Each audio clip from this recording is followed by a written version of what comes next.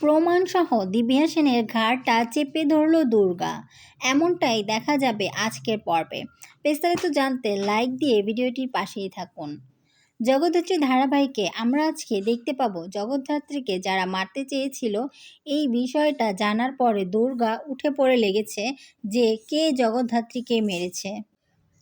Doctor গ্রহকে কয়েকবারই জগদ্ধাত্রীর সাজে সেজে দুর্গা দেখা দিয়েছে, কিন্তু ডক্টর গ্রহের কথা তো কেউ বিশ্বাসই করেনি যে জগদ্ধাত্রী বেঁচে আছে।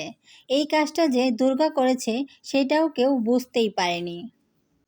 এদিকে দুর্গা একটা পুরনো পেপার থেকে জানতে পেরেছে যে শ্রীমতী কর নামে একজন মহিলা তার মায়ের অপারেশন করিয়েছিল। সেটা সে জানার পর দিব্যা সেনকে ফোন করে বলে যে শ্রীমতী নামে কে তার মায়ের অপারেশন করিয়েছে, আর সেটার পেছনে দিব্যা সেন রয়েছে।